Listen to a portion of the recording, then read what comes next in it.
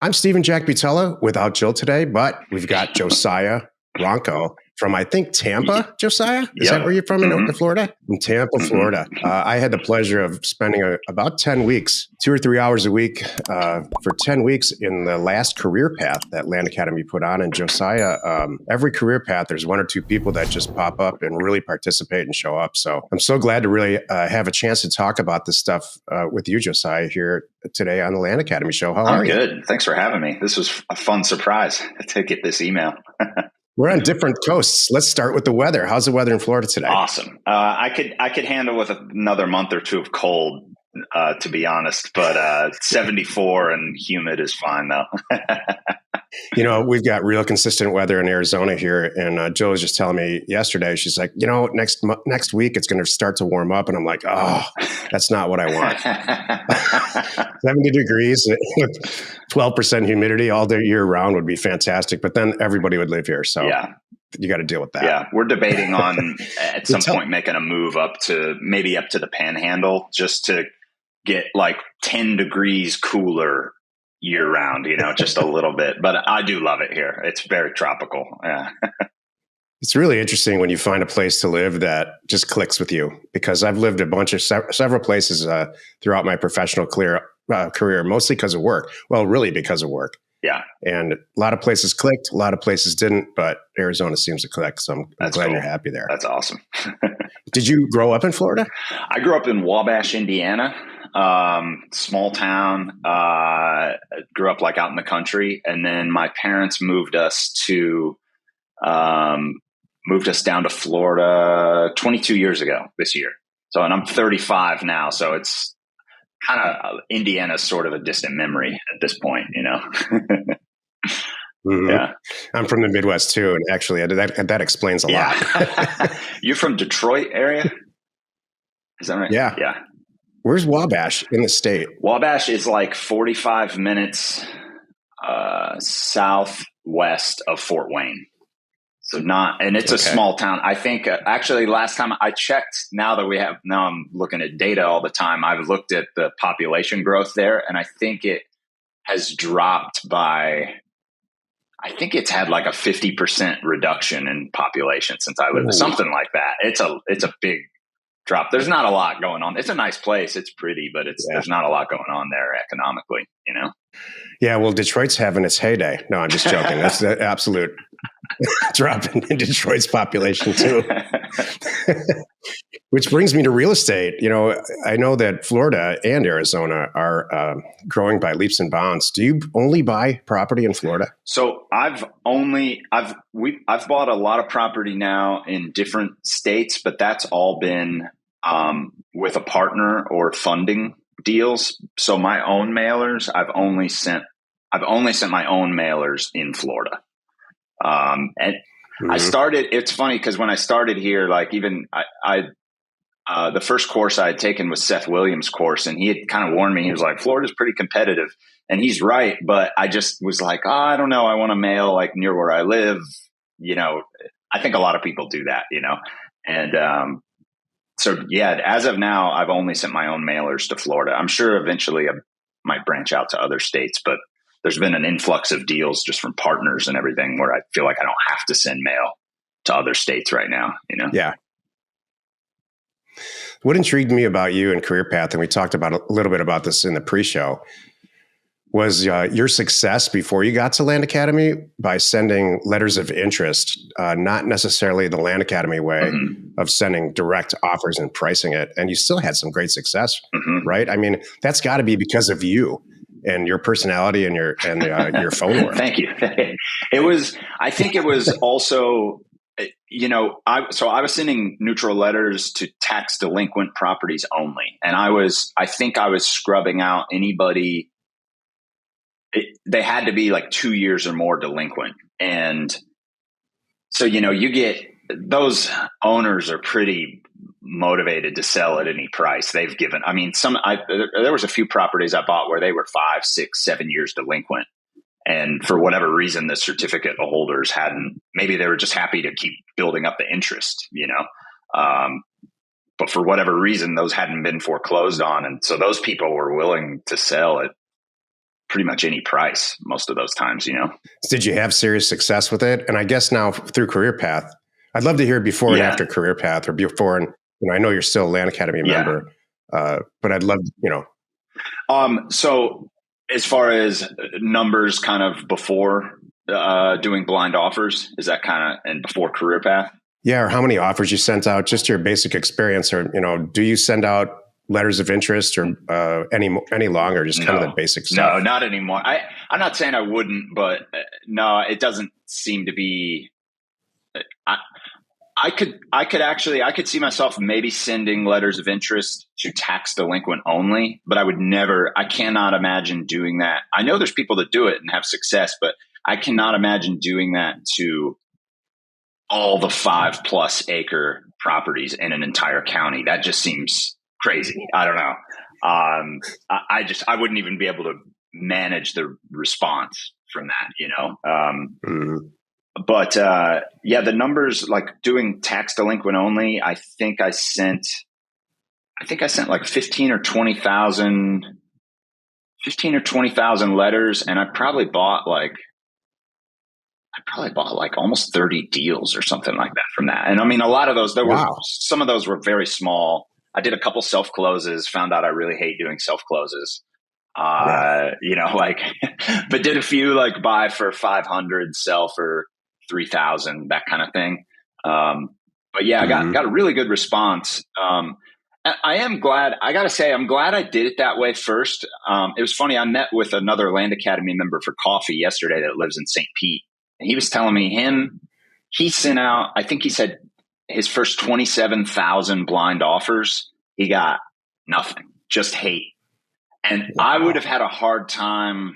I'm pretty persistent and stubborn, but I don't know if I had spent, $15,000 on mail and data. I don't know if I would have had to keep, especially I had just lost my job or gotten laid off from my job because of COVID and everything. I don't know if I would have kept pushing, but like the tax delinquent stuff, it was like immediately I was getting like positive responses from people, but then now doing blind offers, actually, I don't know if I've told you this, but so during Career Path, I think I sent out about 12,000 blind offers, and like, it was just hate. Like, I didn't get one deal. I was like, oh shit, this sucks. Like, oh, sorry, I'm probably not supposed to curse on here. Sorry. Right. I was just like, I was so bummed. Send out 12,000 letters, got nothing. And then just back in December, I sent out 4,000 blind offers to 2 different counties, and I ended up buying like, I think 9 or 10 fantastic deals from 4,000. It's like, it makes you wonder, like, is there any consistency at all to these numbers? It makes me wonder, because it's here, I sent 12,000, got nothing, sent 4,000, got 9 or 10. Like, what is that about? So what do you attribute that to? What do you think it is about? I do think so. I think I was coming in way too hot, like way too low on my offers. Yeah, me too. Yeah, I think I was. Yeah, I remember actually one of them you reviewed, and you were like, "You might be coming in a little low here, but go for it." And I went for it, and yeah, I think it's just, if you're going to come in a competitive area, especially like Florida, or I imagine a lot of Arizona would be the same way.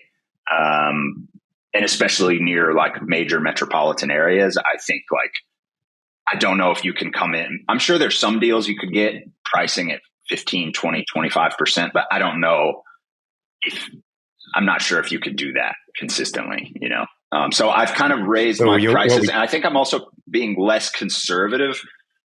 I think I'm being less conservative with my pricing. So I think like when I thought I was sending out offers at 20% of market value, I was probably way under calculating what even the market value was, like I think I was probably cutting off too many of the higher end of the comps and everything, not factoring in the for sale comps enough, and realizing how much the market had shifted, in the last 6 to 12 months. Yeah. Yeah, exactly. I'll tell you, we're instructing another career path now, the one after you. And the big topic now is exactly what you're talking about, pricing. It's always pricing, but in particular, this career path, because the market's so hot, it's crazy hot, especially places like Florida and Texas. And so I'm in our mailers, we're up to like 60, 65%, maybe 70% of retail in the markets that we've been in for years. We're still just continually doing deals. And the way that we vet them now is we won't do a deal. We will not do a deal unless we have a couple of real estate agents that we are already familiar with, that we have vetted, completely vetted. Go in there, look at it, walk it, and say, absolutely, I can sell this for $100,000 in probably 2 or 3 weeks. And we're in at 50. That's a regular deal of 45, 50, sell for 100, 120 now. I love doing. Yeah, lots changed. Oh, sorry. I didn't mean to interrupt. No, go ahead. I love when you find a great agent and then just like, especially like an agent, one of my gauges for that has kind of become like, do I enjoy talking to them on the phone? And, finding a great agent who you feel confident in. And then I'm doing it right now. This morning, I'm working on another mailer that's just based off. I found a Mossy Oak agent that I really like. We really connect.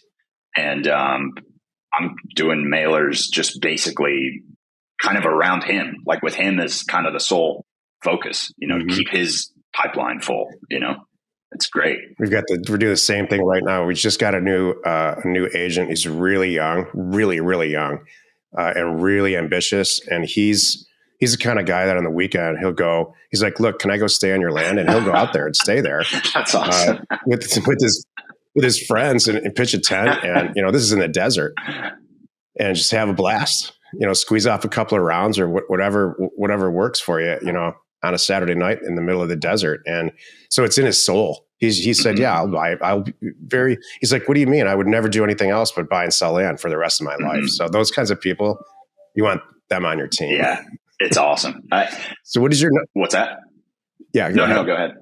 I was just going to ask you what your numbers look like, revenue and net income, if you're comfortable sharing, like last year. What do you expect this year? Yeah. So I think the top line revenue last year, I don't know if that's the right term, but what I bought properties for versus selling them for. I think top line revenue last year was like 196,000. And profit would have been a fair bit less than that, because I spent a lot of money, first year getting systems up in place and education and everything. But this year, I don't know that's one of the reasons I hired a bookkeeper. I was telling you before we started this, but like I decided to hire a bookkeeper, and I'm really glad about it. It was my CPA's recommendation, because he was giving me crap because I don't do bookkeeping. I save my receipts. I have one bank account, one credit card. I do all that, but it's like my bookkeeping is, in January, I'm figuring out everything for the previous year. So I think a bookkeeper, hopefully I'll be able to kind of keep an eye on, do a little bit more accurate forecasting and planning, hopefully. But my goal next year is to do $1 million of top line revenue. And I think I'm just with the deals that we have for sale right now and in escrow right now, I think that's going to be totally possible to hit that number. Yeah, that's great. Yeah, I'm really excited. Do you have any advice? Because I think you're very special. Your personality is one of the reasons that you do so well. Thank you. Were you born with that, or did you teach yourself? Honestly, a lot of that's if you've met my parents, if you ever meet my parents, you probably see like where it comes from. I don't know. I was homeschooled. Maybe my mom just did a really good job homeschooling me. I'm not sure. No, I do think I was in a fortunate position where I got into real estate 10 years ago. I started buying my first rental properties like 10 years ago. And so I was in a position where like I had savings, I had cash flow from rentals where I could kind of maybe a little bit, probably a lot easier than people that like have a day job and kids and all this. It's probably not nearly as easy for them to to just like go for it, like full tilt, like I've been able to, like I've been able to, because I think I've told you before, but I was a touring guitar technician for 16 years, and COVID shut that industry down. And I've fully left that industry. Actually, September 5th was my last show. So I'm like done. Like I only do land and then my own like real estate, like property management and stuff, but mostly land. Like I don't want to do property management anymore, but yeah, so I think I was kind of fortunate in that regard. Yeah. So you've been in the entertainment industry professionally your whole life, and now you're just doing it you're entertaining for yourself in the real estate industry. Exactly. That's what it sounds like. Exactly. Yeah. But I do think, I mean, like, yeah, going after bigger deals is, I think a lot of people say that it's almost like a cliche, like, just go after bigger deals. But that's kind of what I've done, is like just try and get rid of the smaller stuff and just go after the big ones. I mean, they take a little more time, but it's not linear, right? It's like if the deal is 10 times bigger, it doesn't take 10 times. Maybe it takes 3 times the amount of time, but it doesn't take 10 times the amount of time, That's right. Yeah. Our whole model now, and this is what we teach in Career Path, is try to make $30,000 or $40,000 a deal. If you do that and you do 10 deals a year, which is not even 12, it's not even one transaction a month, you're making $300,000 or $400,000 a year. And it's just no real work at all. And if you can do that, because I think it's hard to sit. Everybody has this innate, and me included. It's like put these crazy numbers. Like I want to make $20 million doing this, and that's totally possible. But start with just doing one deal a month or one deal every other month, making $30,000, and you're going to do great. That's going to allow you to quit your job, support your family, and the whole thing. So it's like I get it with the dollar signs in the eyes, but you got to start somewhere. Yeah. I just think it's realistic. I mean, can you imagine trying to do 10 deals a year for $30,000 a deal? Like you could have 6 hobbies and do that. Oh yeah. Yeah. I feel like you could do that in a couple hours a week, right? Even without any employees or anything answering the phone. Yeah. I've also, exactly. I found a title company who is awesome. Early on, I tried out a few different title companies, and honestly had good experiences with all the title companies I used in Florida, but one in particular that was just like awesome. And I worked with the same escrow officer. The owner of the company will take my calls almost any time, which has been really huge. He's really helped me with a lot of deals, and really kind of taken me under his wing. And he's got 30 years in the title business. He's like, I think he's 3rd generation title company owner. So he's like really steeped in it. So I've been able to learn a lot from him, and then working with the same escrow officer has been awesome. We just get each other, and that's been huge. Like I told you before, I mean, doing the self closes, I think it's valuable knowledge to have, and it's cool and everything. But for me, I just like had a visceral reaction against doing that for whatever reason. Like in my gut, I just hated it. Well, it's paperwork and just shuffling paperwork. I could not agree with you more. We don't even teach it anymore. In fact, we just instructed that module in this current career path just 2 days ago. And we say all the way through, look, you need to know about this. This is an academic exercise. We don't recommend that you do this at all. It was something from the past, but you need to understand that you can close your own real estate deal really efficiently and very, very quickly. It's not like, you can't go register your own car. You have to go through the DMV, and there's a bunch of stuff that you have to do. With real estate deals, you don't have to do any of that. You just, you send it in, do all the paperwork, get all the right signatures, and send it into the county. And I couldn't agree with you more. I hate it. And it's only for small deals, and we shouldn't be doing small deals anyway. So, or really small deals. So there's a bunch of stuff I don't like, which is why I have a business. Which is why Jill's my partner. I don't think it's just common sense that if you do a bunch of stuff you don't like over time, you're not going to do it anymore. I don't care how profitable it is. Just what's next for you. Yeah. I'm trying to, I don't know at this point. Well, so I'm going on a nice long vacation at the end of the month with my wife. So I've kind of intentionally tapered down my own mailers. And pretty much just, I guess when I get back from that vacation, I'm just planning on having a bunch of mail hit like maybe 5 days after we get back from that trip. And then kind of just more of the same. I think at some point I'd like to take on an employee or two, but for now I like everything that I'm doing. I enjoy doing. And I feel like I've gotten better. I wasted so much time last year, not wasted. It's not a waste of time, but looking at deals that were not worth my time looking at, like I spent so much time spinning my wheels over, could I make this work? I might be able to make $2,000 off this, whatever. And I've gotten better now about just being relentless about just get those out of my system so they're not clogging up my brain RAM or whatever, so really just trying to send more mail and just really focusing, I guess like 80-20, try to really Pareto principle what I'm spending my time on. Yeah.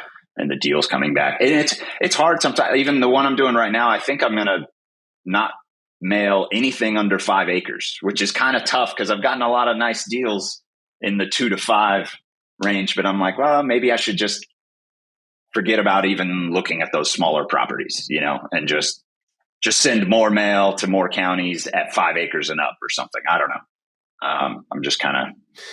We just did that too. The same thing. So we have a threshold of a dollar amount that we'll make and we'll spend more. I'll spend a lot more and make a much less percentage as long as it crosses that dollar amount threshold. And I'm not recommending this for everybody, but that's just where we are in our career. And then we send out 10,000 unit mailers at a time. And it's working out great. And I'll tell you, on the tail end of that, it's a version of what you just said. What we do is we just kick them to the curb so fast it's silly, and just wait, because we know with that amount of that level of mail that's going out and the pricing where it is, it's coming back all the time. Great deals are coming back. You just have to really be disciplined, which is hard for me too.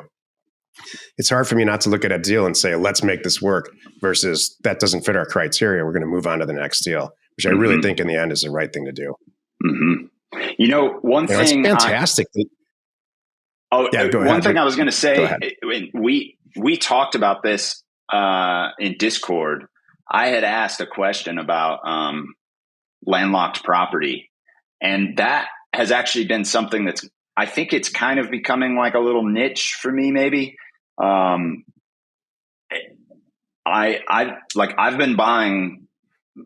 bought several pieces of landlocked property in the last year, and I'm looking at buying more of it.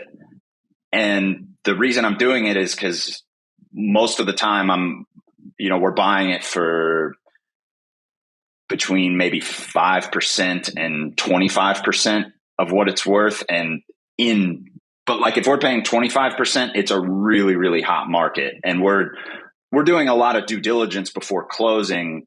I found the deals we're doing in Texas, I found a landman who has been really helpful with kind of giving the rundown, and you're kind of able to get like sort of hey, this is probably the worst case scenario with this if you're buying it with enough of a margin.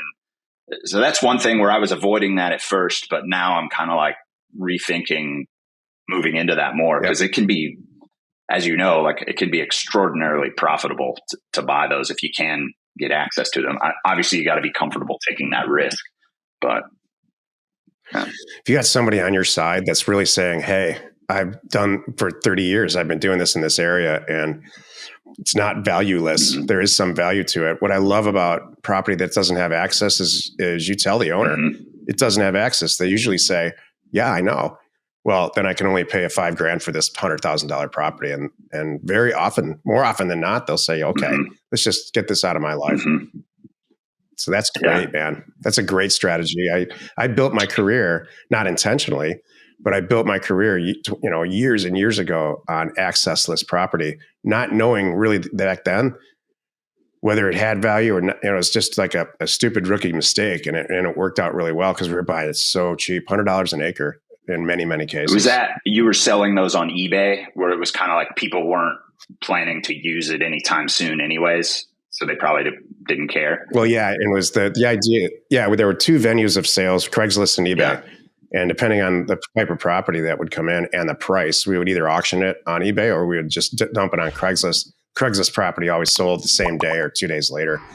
I'd buy a 40-acre property, gorgeous, beautiful 40-acre property in the Southwest, in all these Southwestern states for, $75 an acre. So 40 acres is $3,000.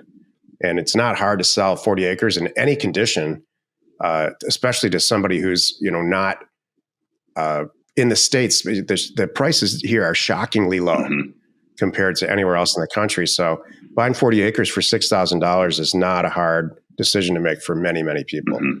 And for back then, we were doing these, daily. We were selling properties daily and making $3,000 to $5,000 on them. So, I don't think that market's gone by any stretch, but technology has caught up.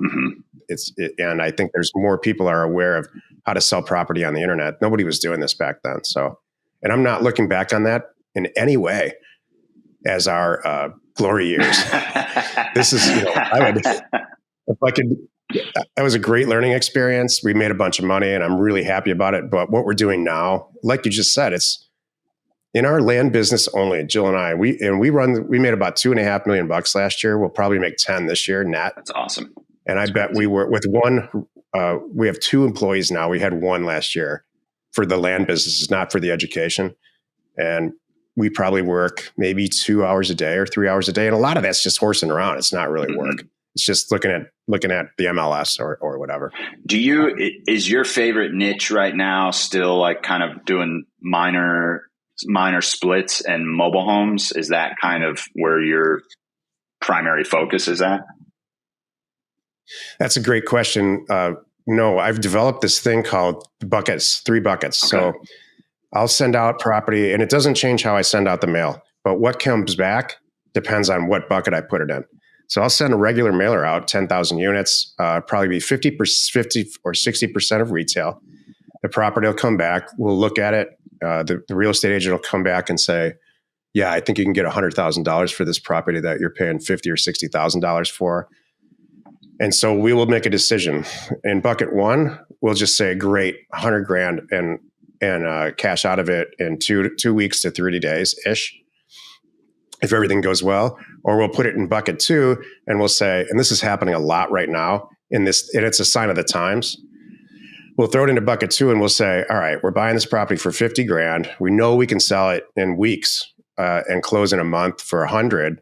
But the real estate agent's saying at 140, 150, it might take us 4 months to sell. And so we make a decision about that.